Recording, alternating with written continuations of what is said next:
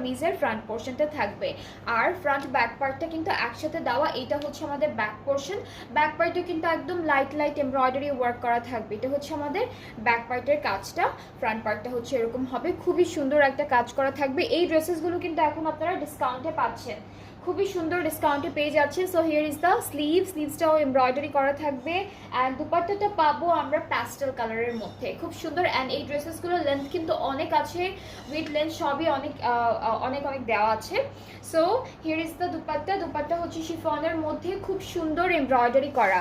এই যে এটা হচ্ছে দুপাট্টার পাড়ে এমব্রয়ডারি আছে। আর আঁচলে হলো, এটা আঁচলে এটা হচ্ছে আঁচলে যাবে, আঁচলেরটা আলাদা করে দিয়েছি, এটা আঁচলে বসে যাবে।